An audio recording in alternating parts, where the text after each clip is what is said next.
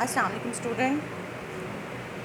आज हम पढ़ेंगे first year at Harrow by sir Winston Churchill.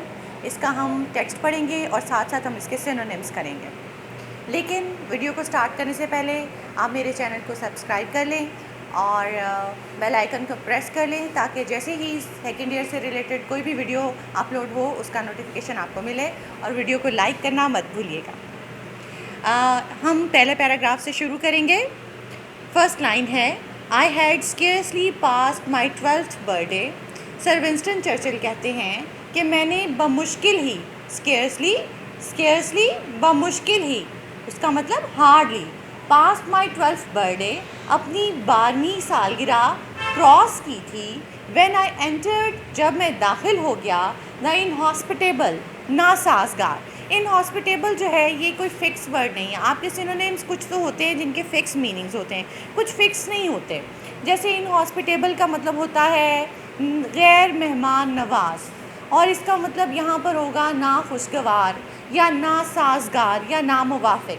तो इसके बहुत सारे मीनिंग्स वो दे सकते हैं। जैसे स्केर्सली का तो वो हमेशा आपको हार्डली ही देंगे, लेकिन इनहॉस्पिटेबल के लिए वो आपको, इधर देखें, इनहॉस्पिटेबल नासाजगार, उसको अनफ्रेंडली भी दे सकते हैं और डिफ़िकल्ट भी दे सकते हैं, और इसी तरह के पेचीदा या अनप्लेजेंट, इस किस्म का कोई भी वर्ड वो दे सकते हैं। Enter the inhospitable regions mean इलाके ऑफ एग्जामिनेशन इम्तहानात, to which for the next 7 years, जिसमें से गुजरने के लिए अगले 7 साल तक, I was destined to journey, मेरी किस्मत में लिख दिया गया कि मैं इनमें से सफ़र करूं। डेस्टिन्ड मीन किस्मत में लिख देना, किस्मत में होना, फेटेड, मेरे मुकद्दर में ये लिख दिया गया। यहाँ पे चर्चिल कहते हैं अब हम कि अब मैंने बड़ी मुश्किल से अभी अपनी 12वीं सालगिरह ही क्रॉस की थी कि 7 साल तक मेरी किस्मत में ये लिख दिया गया कि मैं इम्तहानों के नाखुशगवार इलाके में से गुज़रता जाऊँ। अब फर्स्ट लाइन में जितने भी सिनोनिम्स हैं वो मैंने लिख दिए हैं। स्केर्सली बमुश्किल, हार्डली, इनहॉस्पिटेबल नासाजगार, अनफ्रेंडली, रीजन्स इलाके, एरियाज, डेस्टिन्ड किस्मत में होना, फेटेड। लाइन नंबर 2 की तरफ बढ़ते हैं। These examinations were always a great trial to me, ये एग्जामिनेशन हमेशा मेरे लिए एक बड़ी आजमाइश थे। ट्रायल मी आजमाइश। ऑर्डियल, क्या इसका सिनोनिम है? ऑर्डियल। और third line, the subject which were dearest to examiners, वो सब्जेक्ट्स जो एग्जामिनर्स को बहुत पसंद थे, वर ऑलमोस्ट, हमेशा ही, ऑलमोस्ट मीन तकरीबन, ऑलमोस्ट तकरीबन, इनवेरिएबली, हमेशा ही। अब ये इनवेरिएबली भी एक अनफिक्स्ड सा वर्ड है। इसका मतलब होता है ना चेंज होते हुए, गैर, इन मीन गैर, वेरिएबल मीन चेंज होना, कि ना चेंज होते ही, ना चेंज होना या चेंज ना होना इनवेरिएबली होता है। तो यहाँ पर इसका एक जो है सिनोनिम वो ऑलवेज भी होगा, लेकिन अनचेंजेबल भी हो सकता है या अनचेंजेबली भी हो सकता है, और इससे मिलता जुलता भी कोई वर्ड वो यूज़ कर सकते हैं। वो कहता है कि the subjects which were dearest to examiners, वो सब्जेक्ट्स जो डेयरेस्ट थे, सबसे ज़्यादा पसंद थे एग्जामिनर्स को, वो हमेशा ही, इनवेरिएबली, हमेशा ही, दोज वो थे, I fancied at least, least mean सबसे कम, जो मुझे सबसे कम पसंद थे, सबसे कम पसंद थे, जो मुझे सबसे कम पसंद थे। फैंसीड मीन पसंद करना, ये फैंसीड का एक मतलब होता है तसव्वुर करना, इमेजिन करना, वो भी हो सकता है, लेकिन यहाँ ज़्यादा जो है वो पसंद करने के, लाइक के मीनिंग में इस्तेमाल हो रहा है। इनवेरिएबली, हमेशा, ऑलवेज, फैंसीड, लाइक, पसंद करना। और उसके बाद नेक्स्ट है फोर्थ लाइन, जो मैंने यहाँ पे छोड़ दिया है इसलिए कि उसमें कोई सिनोनिम नहीं था, लेकिन मैं आपको बताती हूँ कि वो क्या थी। क्या था, वो थी कि I have always like to be examined in history, poetry and essay writing. मैं हमेशा ये पसंद करता था कि मुझे हिस्ट्री, पोइट्री और ऐसे राइटिंग में पसंद किया से मेरा इम्तहान लिया जाए। The examiners on the other hand, लेकिन दूसरी तरफ इम्तहान लेने वाले, were partial to Latin and mathematics, लातीनी और रियाजी ज़बान की तरफ जानिबदार थे। अब पार्शल का जो लिटरल मीनिंग है वो है जानिबदार होना, लेकिन यहाँ पर भी पसंद के मीनिंग में वो आएगा। तो ये उसकी मर्ज़ी है सिनोनिम बनाने वाले की कि वो पसंद करना, हक़ में होना या जानिबदार होना का में से कौन सा वर्ड जो है उसका वो मीनिंग जो है सिनोनिम आपको देता है। लाइक मीन पसंद करना, पार्शल टू मीन लाइक पसंद करना, हक़ में होना, हक़ में होने की इंग्लिश है in favour of, partial to in favour of, या tend to, TENDE, tend to भी जो है वो इसका सिनोनिम हो सकता है। लेकिन जो इम्तहान लेने वाले थे, एग्जामिनर्स थे, वो किसकी तरफ पार्शल थे, कौन से सब्जेक्ट्स पसंद करते थे, लैटिन और मैथमेटिक्स में से इम्तहान बनाना पसंद करते थे। And there will prevailed, will का मतलब एक तो विल होता है गा गी गे, लेकिन ये दूसरा वाला विल है जिसका मतलब होता है मर्ज़ी। एंड देयर विल प्रिवेल्ड, और उनकी मर्ज़ी प्रिवेल्ड छा जाती थी, और हमेशा ही उनकी मर्ज़ी छा जाती थी। एग्जामिनर्स की जो वो चाहते थे वही होता था। विल, आप ये देखें, दिस इज़ लाइन नंबर 6, और इसका ये विल मीन मर्ज़ी, विश, प्रिवेल मर्ज़ी चलना, छा जाना, डोमिनेट। और हम अपनी इसके साथ ही 7th और last line of this paragraph की तरफ बढ़ते हैं। व्हेन आई हैव विलिंग, ये बहुत दफ़ा आपके क्वेश्चन आंसर में भी मैंने ये लाइन यूज़ की है। When I have willingly displayed my knowledge, जब मैं शौक़ से नुमाइश करता, विलिंगली शौक़ से, डिस्प्लेड नुमाइश करता, दिखाता, माई नॉलेज अपने इल्म को, my they mean examiners, sought to expose, sought mean तलाश करना, ये सीख की सेकंड फॉर्म है, SEE के सीख मीन तलाश करना, उसकी सेकंड फॉर्म है सॉट। दे सॉट, वो तलाश करते, टू एक्सपोज बेनकाब करने की, माई इग्नोरेंस, मेरी जहालत को। जब मैं शौक़ से अपनी जो है अपने इल्म को दिखाता तो वो जो है कोशिश करते मेरी जहालत को एक्सपोज, बेनकाब करने की कोशिश करते। तो यहाँ पे कोशिश करना भी सॉर्ट का मीनिंग हो सकता है और तलाश करना भी मीनिंग हो सकता है। तो अगर हम इसके सिनोनिम्स में देखें तो सॉर्ट जो है ढूंढना, सीक या लुक फॉर के मीनिंग में भी आ सकता है, और सॉर्ट जो है वो ट्राइड के मीनिंग्स में भी आ सकता है। अब हम इसके सिनोनिम्स देख लेते हैं। 7, लाइन नंबर 7, विलिंगली शौक़ से, हैप्पीली या फॉन्डली। डिस्प्ले मीन दिखाना, नुमाइश करना, शो, एग्जिबिट। सॉर्ट मीन ढूंढना, तलाश करना, सीक या लुक फॉर, या इसके साथ साथ वो कभी इसका मीनिंग जो है वो ट्राइड में भी दे सकते हैं। ट्राइड, तलाश, कोशिश करना, ट्राइड, कोशिश करना। एक्सपोज, बेनकाब करना, रिवील या डिस्क्लोज। और इग्नोरेंस होता है इल्म की कमी या जहालत, तो लैक ऑफ नॉलेज या इलिटरेसी भी जो है वो इसका मीनिंग हो सकता है।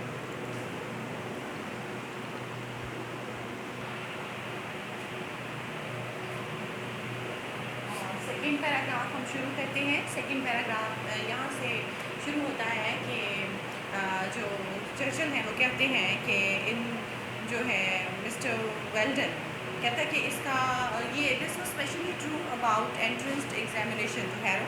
ये सारे हालात जो मैंने आपको बताए एग्ज़ाम्स के बारे में, जैसा मैं फ़ील करता था और जो मेरे हालात थे वो ज़्यादा सही थे, बिल्कुल सच थे एंट्रेंस एग्जामिनेशन टू हैरो के बारे में। और यानी वो कहते हैं कि चर्चिल कहते हैं कि ये जो सारे हालात मैंने आपको एग्जामिनेशन के बारे में बताए, they were especially true about entrance examination to Harrow. जो हैरो में एंट्रेंस एग्जामिनेशन, दाखिले का इम्तहान मैंने दिया, ये सारे हालात जो हैं इम्तहानात के, उसके बारे में ज़्यादा सच थे।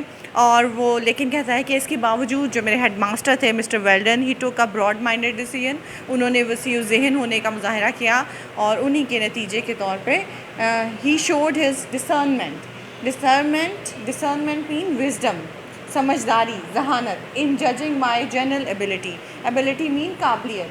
वो कहते हैं कि उन्होंने ख़ास तौर पर एक मुझे उनमें बहुत जहानत थी मेरी जनरल एबिलिटी को जज करने में। एबिलिटी, काबिलियत, मेरी काबिलियत को जज करने में उन्होंने जो अमूमी काबिलियत थी उसको जज करने में ख़ास जहानत दिखाई। आफ्टर मच रिफ्लेक्शन, बहुत सोच विचार, उसके बाद वो कहता है और it is his credit, all the credit goes to him, कि सारा क्रेडिट जो मेरा हैरो में दाखिल होने का है वो सारा का सारा मिस्टर वेल्डन जो कि वहाँ के हेड मास्टर थे उनको जाता है।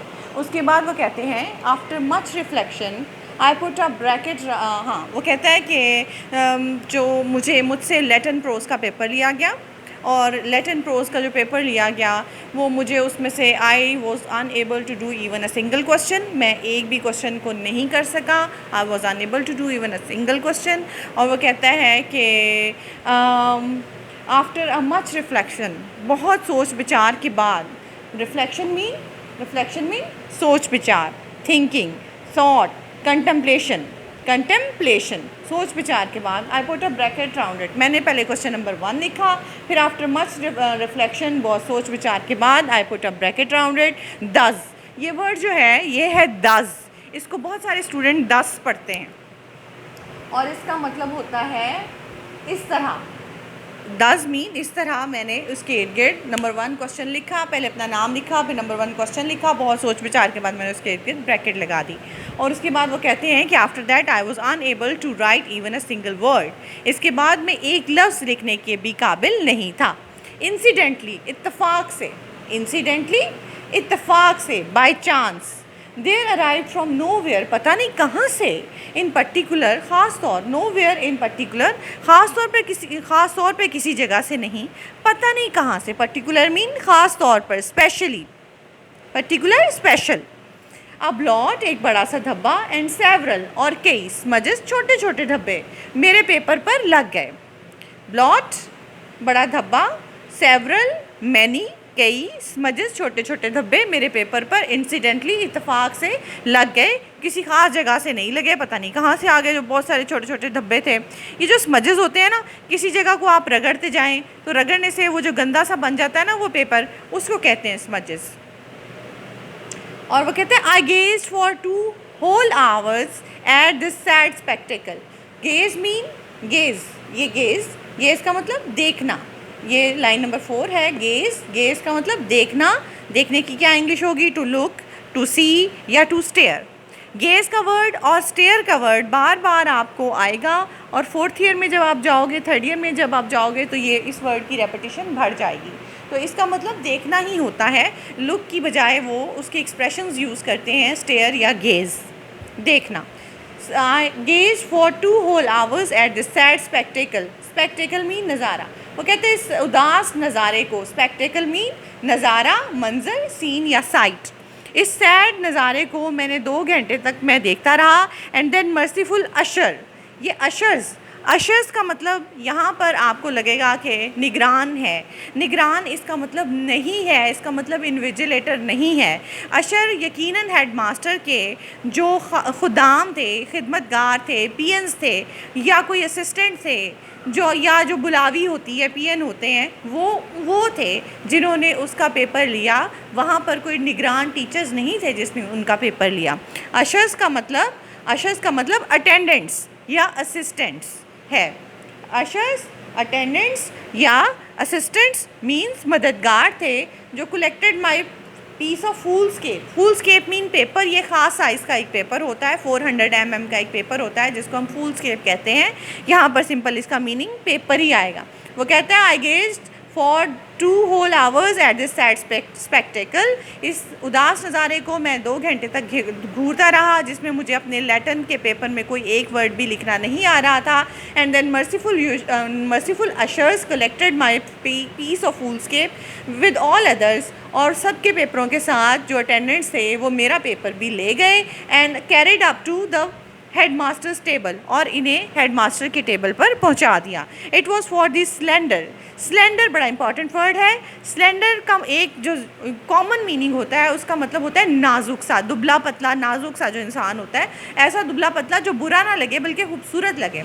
स्मार्ट और स्लिम जो शख्स होता है और वो खूबसूरत भी दिखाई दे, उसको हम कहते हैं स्लेंडर। औरतों के लिए बड़ा वर्ड ये यूज़ होता है। लेकिन इसका एक दूसरा मीनिंग है, वो होता है मामूली, थोड़ी सी, हकीर यहाँ पर स्लेंडर का वो औरत वाला मीनिंग नहीं आएगा, बल्कि इसका मतलब है स्लाइट, थोड़ी सी, वो जो थोड़ी सी इंडिकेशंस थी, इंडिकेशंस, अलामात, ये इन छोटी छोटी अलामात से ही ऑफ द स्कॉलरशिप, मेरे इल्म फ़जीलत की इन छोटी छोटी अलामात से ही mister Weldon drew the conclusion, mister Weldon ने ये नतीजा निकाला, कंक्लूजन नतीजा, रिज़ल्ट ये नतीजा निकाला that I was worthy mean काबिल होना, to pass into the Harrow में मैं पास होने के काबिल हूँ। मेरी इन छोटी छोटी वो जो दाग धब्बे से लग गए थे, उन छोटी छोटी निशानियों से, अलामात से, इंडिकेशन से, साइंस से मिस्टर वेल्डन जो हेडमास्टर थे उन्होंने ये नतीजा निकाला कि मैं जो हूँ उनको मुझे एडमिशन दिया जा सकता है, पास किया जा सकता है हैरो में। ठीक है, it showed that he was a man of, it was, यहाँ पे वो कहता है कि it was all his credit, कि ये सारा उन्हीं का क्रेडिट था कि मुझे हैरो में एडमिशन मिला, वरना मैं तो I was not even able to write a single word in my Latin prose paper. It showed that he was a man of capable, he was a man capable mean काबिल of looking beneath का मतलब नीचे, under, below, beneath important word है, beneath mean नीचे, under, below, the surface का मतलब सतह। ये शो करता है, ये चीज़ दिखाती है कि मिस्टर वेल्डन जो थे वो एक ऐसे आदमी थे जो इंसान के बज़ाहिर ऊपर वाली सतह के अंदर की अलामात जो हैं, अंदर की निशानियाँ, अंदर की हिडन खूबियाँ देखने की सलाहियत रखते थे। अ मैन नॉट डिपेंडेंट, वो एक ऐसे शख्स थे जो डिपेंड नहीं करते थे अपॉन पेपर मैनिफेस्टेशन, पेपर पर इजहार की जाने वाली चीज़ों का, पेपर पर जो चीज़ें ज़ाहिर की जाती हैं, मैनिफेस्ट की जाती हैं, एक्सप्रेस की जाती हैं, मैनिफेस्टेशन मीन एक्सप्रेस, जो चीज़ें पेपर पर एक्सप्रेस की जाती हैं वो उस पर सिर्फ डिपेंड नहीं करते थे। आई have always a greatest regard for him, और मैं हमेशा ही उनके लिए बहुत ज़्यादा इज़्ज़त रखता था। रिगार्ड मीन इज़्ज़त, रिस्पेक्ट। अच्छा, जो थर्ड पैराग्राफ है वो बिल्कुल अनइम्पॉर्टेंट सा है, उसमें सिर्फ 2 वर्ड्स हैं ऐसे जो कि ज़्यादा इंपॉर्टेंट हैं सिनोनिम्स के लिहाज से, वो मैं आपको लिखवा देती हूँ।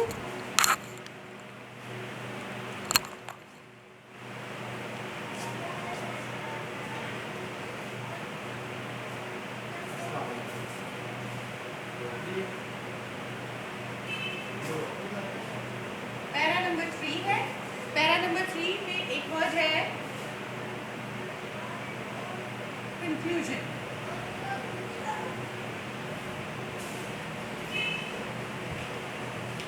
Conclusion in the consequence, consequence का मतलब नतीजा, ये वर्ड है कॉन्सिक्वेंस, पहला वर्ड है consequence. In the consequence of the decision of Mister Welldon I was admitted to Harrow, Mister Welldon के जो डिसीजन था, फैसला था, उसके कॉन्सिक्वेंस, नतीजे के तौर पर मुझे हैरो में एडमिशन दे दिया गया। फिर वो कहता है कि luckily the list was not made according to the marks, list जो है मार्क्स के अकॉर्डिंगली नहीं बनाई गई थी, बल्कि it was made according to the alphabets, it was made, the list was printed in alphabetical order, ABC के नामों के लिहाज से, जिसका A से नाम शुरू होता था सबसे पहले लिस्ट में उसका नाम शुरू हुआ, फिर B वालों का नाम आया, फिर C वालों का नाम आया। लेकिन वो कहता है कि इस तरह से भी बनने का मुझे कोई ख़ास फ़ायदा ना हुआ, because my name in the list was on the third last, कि मेरा लिस्ट में नाम सबसे आखिर, सबसे 2 लोग मेरे से नीचे थे, उनसे ऊपर थर्ड लास्ट नंबर पे मेरा नाम था, क्योंकि मेरा नाम स्पेंसर चर्चिल ऐसे शुरू होता है, इसलिए मुझे अल्फ़ाबेटिकल ऑर्डर में लिस्ट बनने का भी कोई ख़ास फ़ायदा ना हुआ। और वो कहता है कि जो 2 लड़के मेरे से बाद थे वो भी इमीडिएट, दूसरा सिनोनिम क्या है जो इम्पोर्टेंट है इस पैराग्राफ में, वो है इमीडिएटली। इमीडिएटली मीन फौरन ही, एट वंस। वो कहते हैं कि एडमिशन लेते ही ये लड़के भी बिकॉज ऑफ इलनेस और because of some other reason, ये लड़के भी हैरो में एडमिशन लेने के बाद फ़ौरन ही हैरो को छोड़ गए, और इस तरह मैं ही सबसे आखिरी कैंडिडेट रहा एडमिशन लेने वाला। तो इस पैराग्राफ में सिर्फ 2 इंपॉर्टेंट वर्ड्स हैं, एक वर्ड है कॉन्सिक्वेंस, नतीजा, और इसके लिए आप वर्ड यूज़ करेंगे रिजल्ट, दूसरा वर्ड है इमीडिएटली, इमीडिएटली का मतलब फ़ौरन ही, eight once.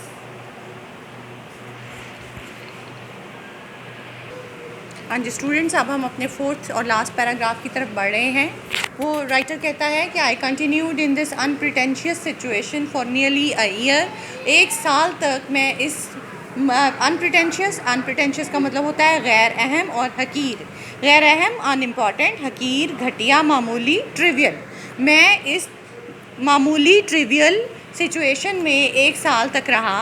However by being so long in lowest form, इतनी देर तक सबसे निचली फॉर्म में रहने का आई गेंड मुझे हासिल हुआ एन इमेंस एडवांटेज, बहुत बड़ा। इमेंस मीन बहुत बड़ा, ग्रेट, ये वर्ड भी बार बार आपकी बुक में इस्तेमाल होगा। इमेंस एडवांटेज बहुत बड़ा एडवांटेज, फ़ायदा over the clever boys, like लड़कों की निस्बत मुझे 1 साल तक सबसे निचली फॉर्म में रहने का बहुत बड़ा फ़ायदा हासिल हुआ।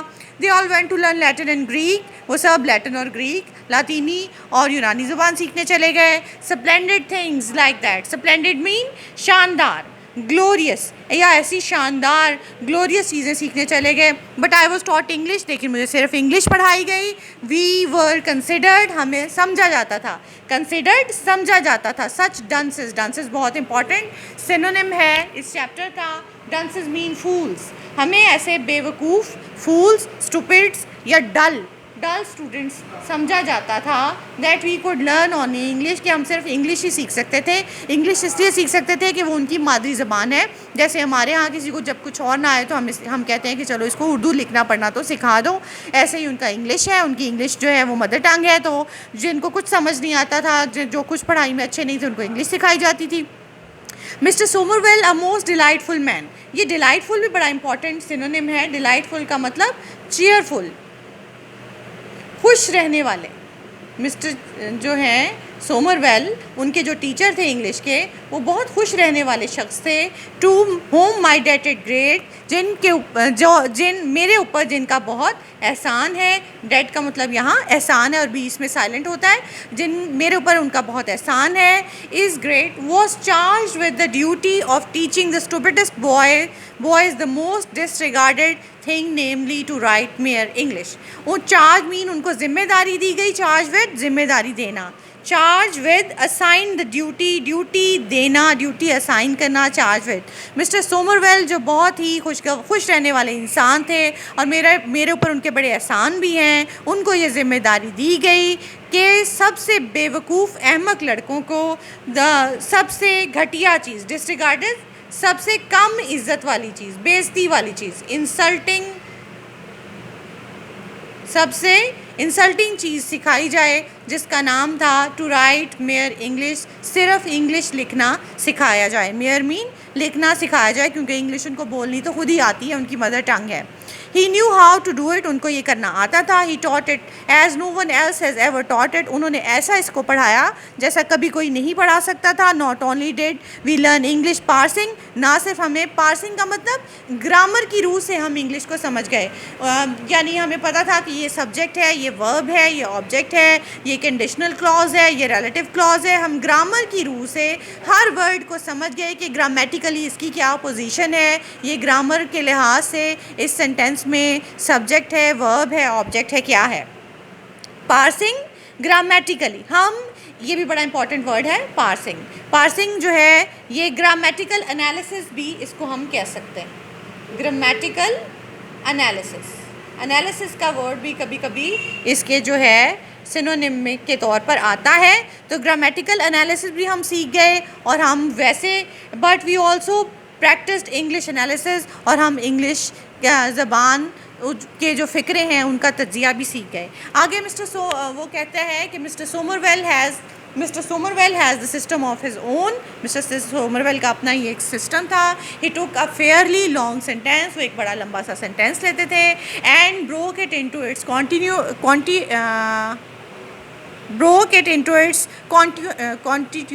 कॉन्टिट्यूएंट्स components and broke it into its components, और वो इसके components में, इसके अज्जा में तोड़ते थे।